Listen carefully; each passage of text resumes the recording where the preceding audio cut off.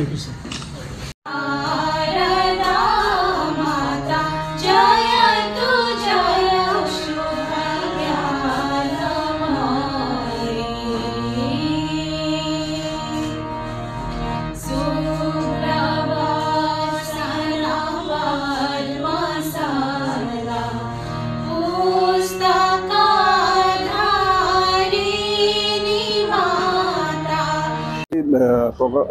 উন্মোচন কৰা দুইখন গ্ৰন্থৰ চতুৰ্থখন গল্প পুথি এইখন হ'ল মৰ্মান্তিক বিচ্ছুৰিত কিৰণ আৰু এখন প্ৰথম মোৰ উপন্যাস প্ৰতাৰণাৰ পুৰস্কাৰ।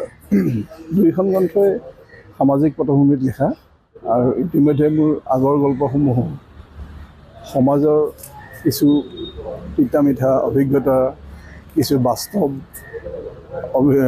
পটভূমিক লৈ সৃষ্টি কৰা হৈছে আৰু উপন্যাসখন অৱনী বুলি এটা চৰিত্ৰ আছে।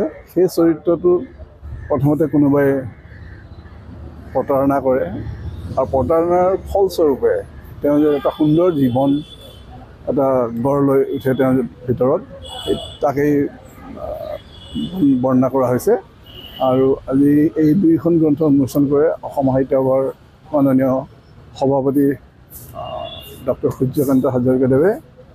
লগতে বিশিষ্ট অতিথিৰূপে উপস্থিত থাকে বিশিষ্ট শিক্ষাবিদ দয়ানন্দ পাঠক, ডক্টৰ দয়ানন্দ পাঠক ছাৰ আৰু ডক্টৰ নমিতা ডেকা বাইদেউ আৰু যথেষ্ট সংখ্যক সাংবাদিক বন্ধু আমাৰ আজি উপস্থিত আছিল। গতিকে মই নিজেই আপ্লুত হৈছোঁ সকলোৰে।